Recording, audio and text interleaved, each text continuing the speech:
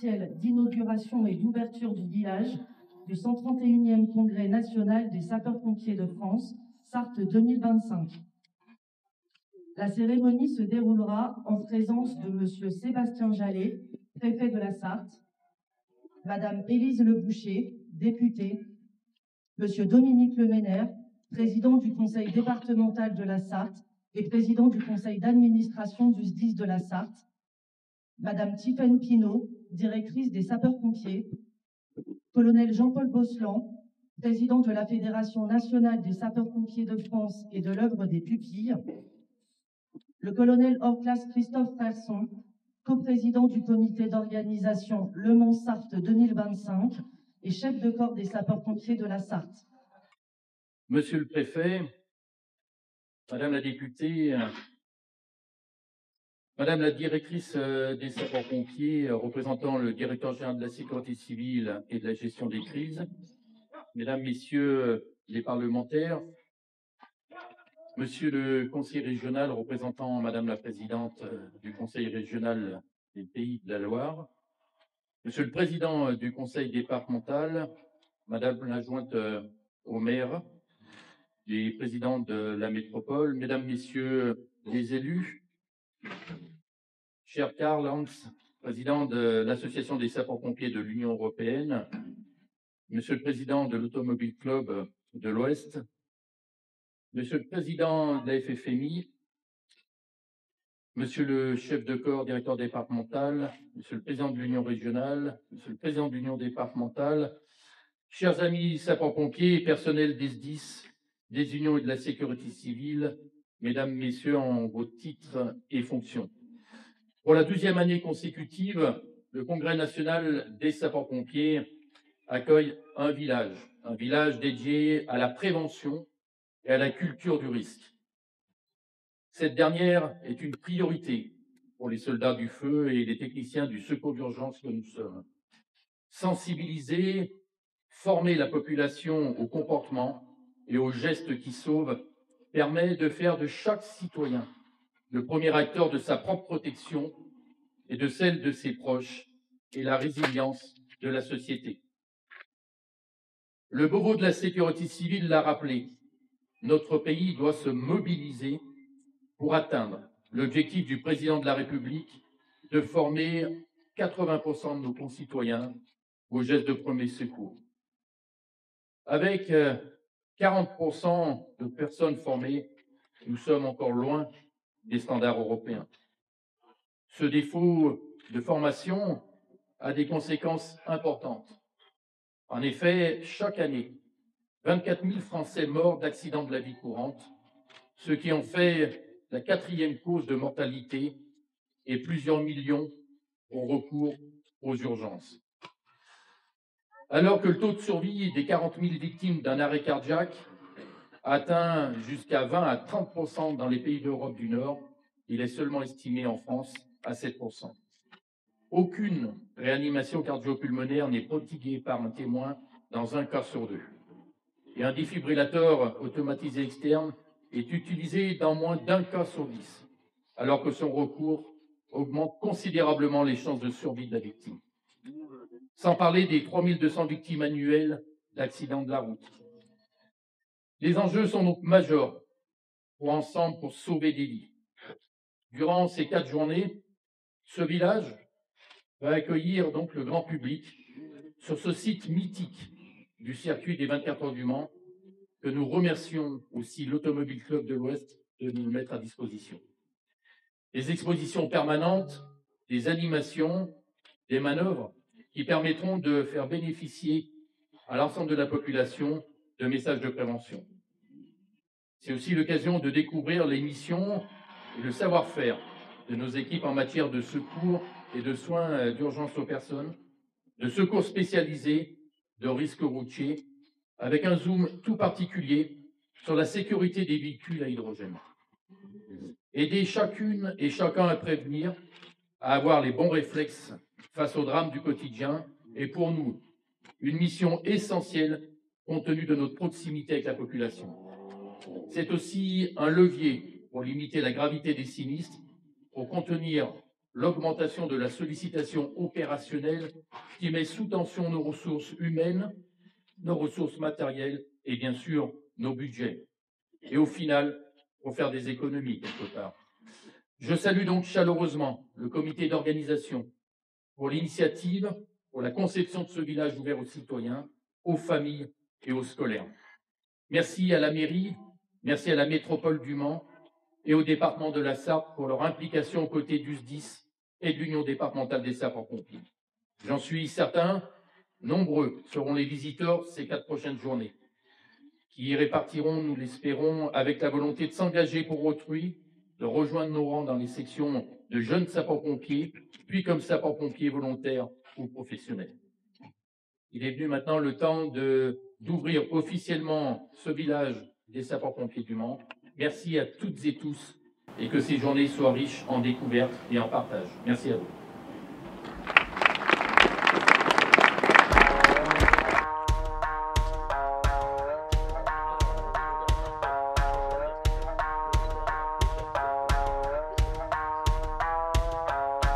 Eyes wide shut, but they know, buried alive by the lies in they soul. They stride of a blind man stroll. Well, for whom does the next bell toll? I'm too many years in the zone, too many years to have built what I own. And many dumb fools try to take what I've grown, but these roots go deep and you can't blood a stone. So if you wanna push, I'ma shove. If you wanna spar, we can do it, no gloves. And if you're gonna run at me, you better do it hard. Cause I fear no fall, no brawl, no scars. I'm 2 pounds shy of a bomb. I'm 1 shade short of alarm. I'm too past wrath that I'm calm. Got 2 last laughs in my palms. I'm 3 degrees west of a hurricane. 4-wheel drive with a ball and chain. My 5'7" is irrelevant. I'm 6'6" if you threaten my development. Now see, a wise man learns from your mistakes and lets the blunders of his brother serve to fill his plate. So best be on your way before the tidal wave breaks, cause you don't wanna come to meet the reaper that awaits.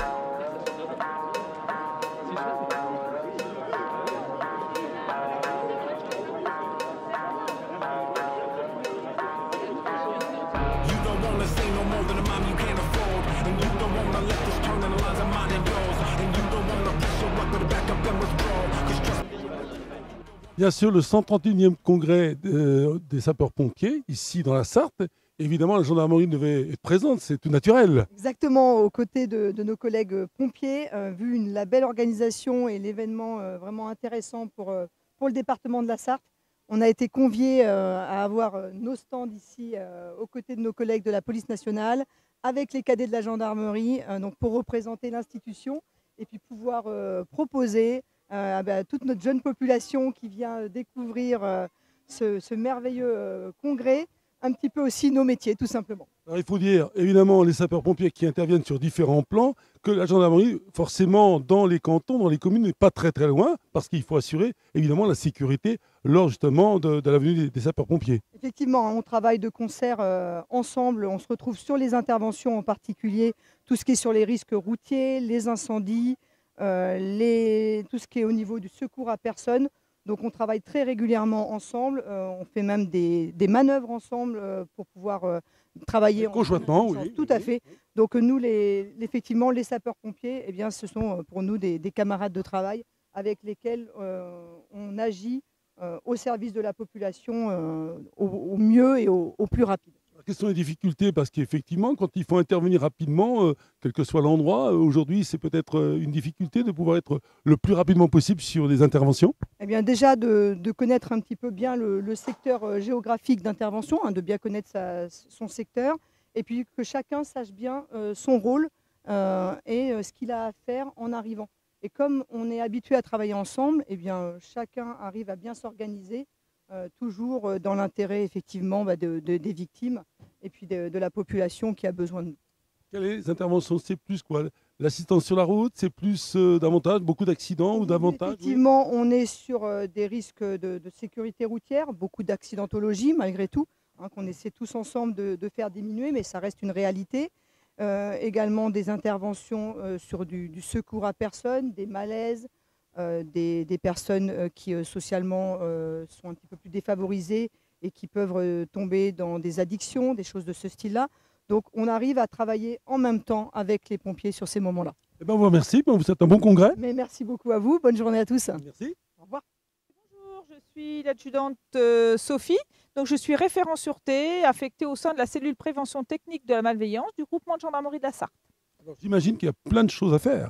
Tout à fait. Là, aujourd'hui, c'est vrai que c'est d'aller au contact de la population et de prodiguer de bons conseils de manière à lutter contre les cambriolages, les escroqueries, les arnaques qui peuvent malheureusement tous nous toucher. Alors, quels sont justement les conseils à prodiguer? Parce qu'ils sont nombreux, j'imagine, aujourd'hui, hein, et ça prolifère de plus en plus. Oui, tout à fait. Donc, il y a différentes catégories de conseils qui vont effectivement sur la mise en œuvre de moyens de protection mécanique, mais surtout ce que l'on veut évoquer aujourd'hui avec les visiteurs, c'est les bonnes pratiques, les bons comportements qu'ils peuvent quotidiennement mettre en œuvre. Par le changement, par le dire effectivement, voilà, qu'est-ce que je fais? Est-ce que je pars déjà, je ne cache pas les clés sous le pot de fleurs, comme ça peut encore être Une vieille tradition. Voilà, tout à fait. Voilà, le fait, c'est que je suis dans le jardin, à l'arrière de l'habitation, je ne laisse pas la porte ouverte. Et ce qui est également primordial, il s'agit de signaler les comportements jugés anormaux et de ne pas hésiter à composer le 17 pour les signaler. C'est important aussi parce qu'on s'entoure un petit peu du voisinage, si je puis dire, aujourd'hui, de dire on a un petit œil un petit peu, si je puis dire, un œil caméra, si on peut dire ainsi, autour de soi. Voilà, tout à fait. Il ne s'agit pas de surveiller son voisin, mais de veiller effectivement et de nous alerter s'il y a des comportements anormaux. Merci beaucoup. Merci. On parle toujours avec nos amis de la gendarmerie de recrutement. Alors dites-moi, dans le recrutement, c'est grand, c'est vaste, mais comment ça se passe? Comment ça s'organise? Eh bien, le recrutement en gendarmerie, c'est très vaste. Nous recrutons dans tous les corps de métier et pour tous les diplômes. Donc, nous recrutons des sous-officiers, des gendarmes adjoints volontaires, ainsi que des officiers, mais également dans le soutien avec des militaires de corps de soutien de la gendarmerie sur des métiers plus techniques. La formation, parce qu'on recrute, mais il y a cette formation, comment ça se situe aujourd'hui? Est-ce qu'il y a un engouement malgré tout? Parce que c'est important de se dire, voilà, on y va pas, souvent on se pose une question. Exactement, alors tous les militaires passent par la même case, la case école. Donc quel que soit son recrutement, on a tous une formation militaire qui dure d'une petite année jusqu'à 2 ans pour les officiers. Et c'est une case indispensable pour pouvoir apprendre les rudiments du métier de gendarme. Parce qu'on va rappeler quand même à nos spectateurs et téléspectateurs que effectivement, gendarme, c'est le secteur militaire. Souvent, on oublie un petit peu, mais vous êtes la branche militaire. Exactement, nous sommes militaires à part entière, tout comme nos camarades des armées. C'est pour ça que nous portons le treillis en formation notamment, et ce qui nous distingue par exemple de la police nationale. Alors évidemment, dans la gendarmerie, on le disait, dans le recrutement, des disciplines sont très diversifiées. Est-ce qu'on peut vraiment choisir ou tout simplement c'est par rapport à notre capacité? Nous pouvons tout à fait choisir. Alors il y a des carrières plus opérationnelles sur le terrain, mais des carrières également dans le soutien sur des métiers techniques, mécaniciens, restaurateurs, RH. Donc il y a tout un tas de branches de métiers possibles dans la gendarmerie. On peut se spécialiser dès le recrutement initial, mais également en cours de formation. Qu'est-ce qui plaît le plus? Quelle est l'attraction qui marche le mieux, si je puis dire?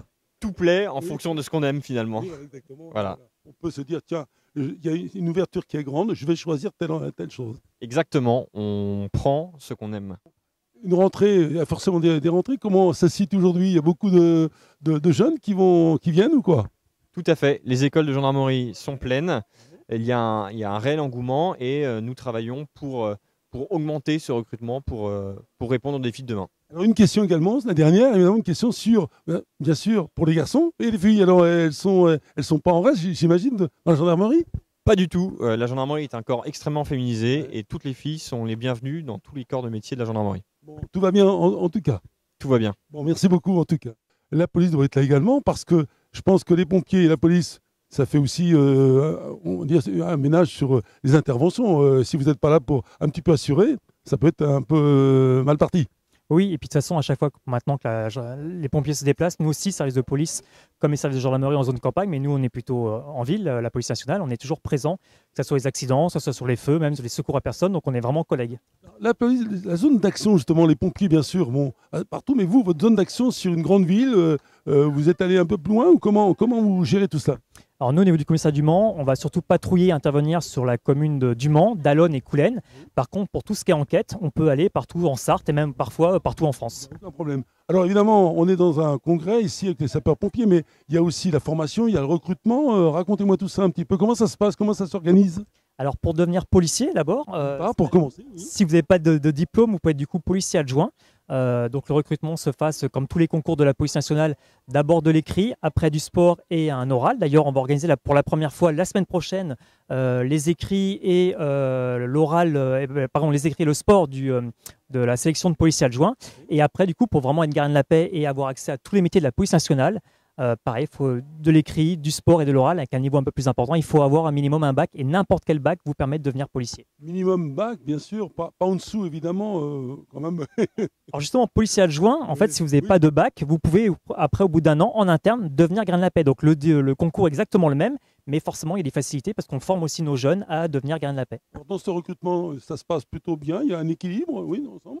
Oui, donc au fait, il y a un équilibre. Alors, de toute façon, on a aussi bien des hommes que des femmes. Justement, les officiers et les commissaires sont plutôt maintenant des femmes. Des femmes, on le note, hein, on voit bien un petit peu l'évolution. Après tout, c'est bien un petit peu qu'il y a les deux. Oui, de toute façon, on a besoin de toutes les composantes au service de la population et ça nous permet d'avoir différentes personnes avec différentes possibles personnalités. Et il faut savoir que tous les métiers, quel que soit le métier qu'on veut faire dans la police, c'est le même concours, qu'on soit un homme ou qu'on soit une femme, tous les métiers sont ouverts. Alors justement, l'orientation dans la police des métiers, c'est très diversifié, j'imagine. Alors, on peut avoir forcément la base du métier de la police nationale, c'est de patrouiller, d'intervenir, de secourir la personne, donc d'être en patrouille de police secours. Mais après, au bout de quelques années, vous pouvez vous spécialiser, que ce soit en investigation, dans n'importe quelle brigade d'enquête. Enquêteur, effectivement, brigade des mineurs, brigade des stupéfiants, des escroqueries, très ouvert. Après, vous pouvez être motard, vous pouvez être maître chien, vous pouvez être à la salle radio. Voilà, en fait, avec le même concours, tout au long d'une carrière, on peut faire différents métiers. Alors, quand on est policier, une dernière question, on peut rester combien de temps dans un secteur? On bouge beaucoup ou on bouge suivant ce que l'on veut ou quoi? En fait, on commence tous, comme on est police nationale, plutôt dans les grandes villes de Paris notamment, et puis après, on peut bouger partout en France. Après, tout dépend si on recherche un équilibre au niveau personnel ou plutôt un équilibre plus important au niveau professionnel. On peut muter dans n'importe quelle ville de France. Aujourd'hui, le recrutement, c'est bien, ça se passe bien, il y a du monde? Il y a toujours du monde, toujours du monde. On a plus de jeunes qui maintenant ont plus accès aux informations, notamment par les réseaux sociaux, par YouTube notamment. Et donc, on a de plus en plus de candidats. Bon, en tout cas, c'est parti pour une période où on cherchait justement à agrandir. On dit la police, il faut recruter, on entend ça souvent. Ben, c'est bien, finalement. On se dit que les résultats vont bon train. Oui, et encore une fois, avant, notamment, le recrutement de policiers adjoints se faisait qu'au niveau zonal. Maintenant, on le fait aussi au niveau local, donc au plus près des jeunes. Écoutez, merci beaucoup. Puis bon congrès aux pompiers. Hein. Merci, bonne journée à vous. Merci. Et bien évidemment, sapeurs-pompiers dit beaucoup de personnes sur le site, et notamment nos amis le SAMU. Racontez-moi un petit peu, parce que vous coordonnez forcément les services sur ce département, et comment c'est organisé tout ça? Eh bien, nous, on travaille en partenariat étroit avec les sapeurs-pompiers au quotidien, dans le cadre de l'aide médicale d'urgence. On intervient, nous, les équipes paramédicales, donc les EPMU, depuis mai 2021, sur un vaste secteur du département, notamment en périphérie, où la distribution des secours d'urgence a été un peu compliquée, parce que loin du Mans. En fait, on avait le SAMU du Mans qui était vraiment au centre du département, avec une réponse opérationnel à T plus 40 minutes sur certaines interventions. Une création, on va dire. Oui, tout à fait. Ça a été créé en 2021. Et depuis, on a dupliqué un petit peu. Donc, la première équipe, c'est nous, Château du Loir. Depuis, ces équipes paramédicales ont connu une démultiplication avec Saint-Calais, La Ferté-Bernard, Le Bailleul et Le Mans. Donc, c'est important, vous êtes les premiers à intervenir? Oui, exactement. Donc, dans pas mal de situations, on arrive à intervenir en moyenne 20 à 25 minutes en amont du SAMU 72 pour apporter des secours d'urgence, une technicité et aussi un bilan infirmier adapté et poussé à la régulation du SAMU, vraiment en moyen précurseur. C'est important, vous complétez, je dirais, un petit peu les moyens sur place, parce qu'aujourd'hui, souvent, on est très éloigné. Finalement, on rapproche un petit peu la situation, et c'est bien par rapport au cœur du département. Oui, tout à fait. Donc, on a réussi à créer cet échelon qui est l'échelon paramédical, parce qu'on avait donc les sapeurs-pompiers, les ambulances privées qui interviennent sur tout le département. On avait le SMUR, donc avec un médecin dans le véhicule, et il manquait ce chaînon, donc c'est ce moyen qui était le paramédical, qui a été instauré en 2021. Il fallait une coordination entre les sapeurs-pompiers, bien sûr, et vous. Oui, voilà, tout à fait. Donc tout part de la régulation du SAMU. Donc c'est le médecin régulateur du SAMU 72 qui coordonne tous les moyens du département et qui décide de nous envoyer en fonction de l'intervention et de la typologie d'intervention. Ouais. Alors aujourd'hui, dans les interventions, comment ça se passe? Est-ce que c'est plus compliqué aujourd'hui parce que la circulation, parce que il y a beaucoup de monde, j'allais dire, il y a beaucoup de voitures, il y a beaucoup. Comment ça s'organise tout ça? Eh bien, nous, en règle générale, on n'a pas trop la contrainte des axes routiers, étant donné qu'on intervient nous, sur un secteur rural essentiellement. On arrive globalement à intervenir assez rapidement, vu qu'on a des secteurs, nous, bien définis, avec en moyenne une réponse à T plus 20 minutes. La contrainte routière, oui, elle est d'autant plus importante pour les collègues du Mans qui, eux, vont beaucoup plus loin et nous rejoignent parfois Le Mans-Château, Le Mans-La-Ferté. Nous, on n'est pas trop infectés. Voilà. Mais, Et la circulation aujourd'hui, elle est intense. Et comment vous voyez tout ça? C'est tellement intense qu'il y a beaucoup d'interventions. On trouve aujourd'hui qu'il y a plus d'interventions que d'habitude. Oui, forcément, le secours d'urgence a connu une vraie majoration ces dernières années. L'idée justement d'amener ce moyen, c'est vraiment d'économiser les équipes médicales pour justement diminuer les temps d'intervention et de nous faire intervenir, nous, au plus rapide, au plus près. Étant donné qu'on est basé à Château, La Ferté, Saint-Calais, au plus près. L'avantage, évidemment. Exactement, donc on gagne beaucoup de temps sur la route. Ouais. Alors l'avenir un petit peu, parce qu'on pense toujours à l'avenir, on dit qu'est-ce qu'on peut encore développer? Qu'est-ce qu'on peut encore développer? Eh bien, peut-être majorer le nombre de protocoles de soins sur lesquels on intervient et puis peut-être les moyens avec lesquels on intervient. Peut-être voir un peu plus grand, peut-être du gros volume, peut-être du transport infirmier, on ne sait pas. Pourquoi pas aussi, oui. Ouais, c'est une réflexion personnelle, mais on ne sait pas. Eh ben, pourquoi pas? Merci beaucoup en tout cas, merci. Voilà, alors donc juste à côté, les collègues évidemment qui vont se présenter et nous expliquer aussi, parce que je pense qu'il y a tout un ensemble dans les équipes. Du coup, oui, moi je suis Joris, un aide-soignant ambulancier, donc j'ai une double casquette, ce qu'il fallait du coup pour rentrer dans ce poste, car on est aussi sur l'hôpital, donc on peut aller comme ça aider sur les urgences et dans différents services. Et du coup, moi je suis le conducteur du véhicule et j'assiste toujours un infirmier, et, je suis sous son autorité en quelque sorte. Donc il me donne les droits de faire de prendre les tensions, de prendre les différentes constantes. Conducteur, c'est pas évident de conduire justement, ça demande une attention particulière. Oui, bien sûr, mais l'avantage d'être en Sarthe, c'est qu'on a le circuit des 24 heures du Mans et un super pôle de formation sur le conduite d'urgence. Et du coup, moi, j'ai pu faire toutes les formations ici. Et c'est ce qui m'a permis d'acquérir une bonne confiance pour la conduite. On est bien formé. Et très, très bien. Et juste à côté... moi, c'est Paul, je suis infirmier comme Marc-Antoine. Et donc, j'interviens sur le PMU également de Château-du-Loir et de Saint-Calais. Alors nous, bien sûr, on recrute des marins-pompiers de la flotte et des SECNAV, des sécurités navires, au vu des sapeurs-pompiers. Mais la Marine nationale, c'est aussi 4000 recrutements par an dans plus de 80 métiers. Plus de 80 métiers. La diversité, elle est là. Il y a vraiment, on peut pratiquement choisir, j'allais dire, suivant nos capacités. Bien sûr, selon les capacités, mais celui qui n'arrive pas à trouver son choix de carrière dans la Marine nationale, c'est plus compliqué. On va quand même de la restauration, en passant par la mécanique, en passant par les sapeurs-pompiers, et de la navigation, navigateur timonier.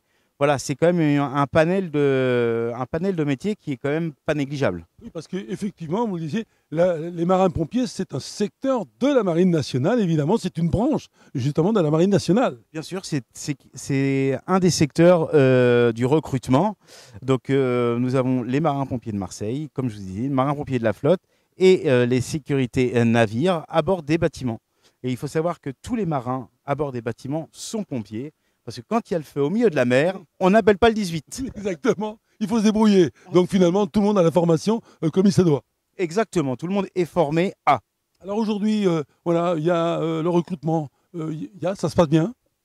Alors ça se passe bien, mais on recrute quand même tous les ans au moins 4000 marins pour renouveler bien sûr la flotte quelque part. Oui, renouveler la flotte évidemment. Et donc c'est une profession dans laquelle les marins-pompiers, c'est quelque chose aussi, c'est différent. On va dire que le marin-pompier aurait quelque chose de différent par rapport aux sapeurs-pompiers traditionnels. Est-ce vrai?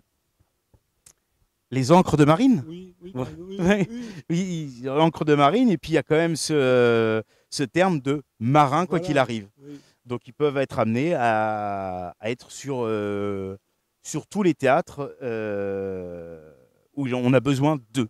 Voilà. Parce qu'on dit marin-pompier, alors on suppose que marin-pompier c'est uniquement sur un bateau en mer pour certains, Mais c'est pas que ça, évidemment. Non, bien sûr. Bah alors, vous avez les marins-pompiers de Marseille qui est la spécificité de protéger toute la ville et les calanques de Marseille. Vous avez les marins-pompiers de la flotte, avant appelés marins-pompiers du port, donc qui s'occupent de tout ce qui est feu et aide à la personne au niveau de tout ce qui est port et des bateaux ou bâtiments.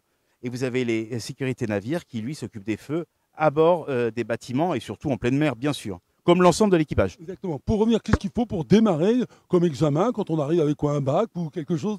Alors, dans la Marine nationale, la spécificité, c'est que vous pouvez rentrer sans rien à l'âge de 16 ans à l'école des Mousses et jusqu'à un tout petit peu moins de 30 ans, 29 ans et 364 jours exactement, pour pouvoir rentrer dans la marine, pour accéder à la Marine nationale. Et après, c'est parti. Et après, une fois que vous avez un pied dedans, c'est impeccable. En tout cas, merci beaucoup et je pense que on va y aller parce que c'est vraiment bien. Eh bien, allez-y. Merci. Oui, donc on a été invité par le 1072 là pour faire le forum et le deuxième RIMA, nous on a créé une cellule en 2021, la cellule recrutement pour le régiment. Voilà, donc il y a les CIRFA comme le véhicule derrière moi là. Et nous au régiment maintenant on peut recruter des jeunes initiaux sortis d'études ou des gens qui veulent se réengager dans l'institution. Et vous recrutez uniquement pour le régiment? Que pour le régiment. Voilà, le CIRFA c'est pour national et nous le deuxième RIMA. Voilà. On va rappeler, le CIRFA c'est au cœur du Mans qui est installé, n'est-ce pas? Tout à fait. Et nous on est installés, donc nos bureaux ils sont à l'entrée du régiment. Sur le camp d'Auvour et donc les jeunes viennent chez nous, on les reçoit en entretien, on leur fait passer des tests de sélection. Ensuite, à la finalité des tests, ils viennent signer leur contrat chez nous et ils entament leur formation chez nous. Voilà. Ils se présentent quand ils viennent en toute simplicité, j'imagine? Oui, alors beaucoup c'est sur les forums qui viennent prendre des renseignements. Donc le CIRFA, on travaille en partenariat avec eux, donc pas que le CIRFA du Mans, mais les CIRFA nationaux. Et ensuite, les jeunes, moi j'habite la Sarthe, donc ils restent dans le secteur souvent, et ils viennent au deuxième RIMA, alors souvent aussi sur les JDC, quand ils viennent au régiment. On fait des petits forums des métiers, là, c'est tout nouveau, là, sur la nouvelle génération. Et les jeunes, on leur explique qu'ils peuvent s'engager sans passer par le CIRFA. C'est une façon de présenter différemment et de les amener directement. C'est notre passerelle, voilà. Donc du coup, les jeunes sont intéressés. Alors on régiment d'infanterie en priorité, mais on a besoin de mécanos, de transmetteurs, d'Oxane, de gestionnaires RH. Donc suivant certains leurs études, que ce soit filles ou garçons, ils peuvent venir faire une spécialité qui leur plaît. C'est la question qui vous est posée, les filières dans lesquelles on peut avoir. Il y a une diversité dans le régiment. Tout à fait, c'est ça. Voilà. Donc, le recrutement est en bonne voie chaque année ou à tel moment le recrutement se fait bien ensemble. Alors nous, le deuxième RIMA, en étant bien placé dans la Sarthe, pas loin de Paris, donc les jeunes ils ont beaucoup plus de facilité à venir au deuxième RIMA que sur les régiments comme le 3e RIMA à Vannes, qui eux, plus vers la Bretagne, ou le 21e RIMA à Fréjus, sur la Côte d'Azur. Voilà, donc grâce à Paris, beaucoup viennent directement chez nous. En plus de l'active, on a aussi la réserve. Voilà, donc là actuellement, on a 2 unités à 125 pax de réservistes. Et là, on est en train de créer une 3e compagnie de réserve. Donc, important les réservistes aujourd'hui. Très important aujourd'hui. Et du coup, grâce à ça et la situation géographique du régiment, il y a beaucoup de réservistes qui viennent chez nous. On est sur un axe, hein, l'axe, on va dire, Normandie, Paris, c'est ça. Donc ça c'est l'idéal pour venir faire de la réserve chez nous. Écoutez, merci beaucoup et on vous souhaite un bon congrès. Merci beaucoup et puis venez nombreux à compter d'aujourd'hui jusqu'à samedi. Merci. Voilà. Et évidemment, nous avons aussi la marine. La marine, c'est d'ailleurs les marins-pompiers. Alors expliquez-moi un petit peu dans ce congrès national et même international. Alors la marine, les pompiers marins, comme peu de gens le connaissent, dans la marine, il y a aussi les marins-pompiers. Il y a les marins-pompiers et on a trois métiers différents dans la marine des pompiers. Il y a les marins-pompiers embarqués, il y a les marins-pompiers à terre qui sont en priorité sur les bases navales et bases aéronavales. Et nous avons les marins-pompiers de Marseille. Donc 3 métiers, 2 marins-pompiers dans la marine nationale. C'est important, c'est ce métier qui est un petit peu différent évidemment dans tout domaine, peut-être même dans la formation. Ah non, alors je ne suis pas d'accord avec vous. Le métier n'est pas différent, le métier est le même, on a les mêmes compétences, on a les mêmes prérogatives. Et donc le métier de marin-pompier est identique au métier de sapeur-pompier. Et donc on a les mêmes formations qui sont régis sur le DGAC. Alors, qu'est-ce qui fait qu'aujourd'hui, il y a peut-être un engouement davantage, les jeunes vont plus vers ce domaine de marin-pompier davantage ou oui, Alors, oui. Aujourd'hui, la difficulté de la jeunesse, c'est la mobilité, la disponibilité. Aujourd'hui, quand on est sapeur-pompier dans un département, dans un SDIS, on est dans une caserne et on fait plus ou moins carrière dans ce SDIS ou dans cette caserne. Aujourd'hui, les marins-pompiers, ben, cette mobilité, cette disponibilité, voilà exactement.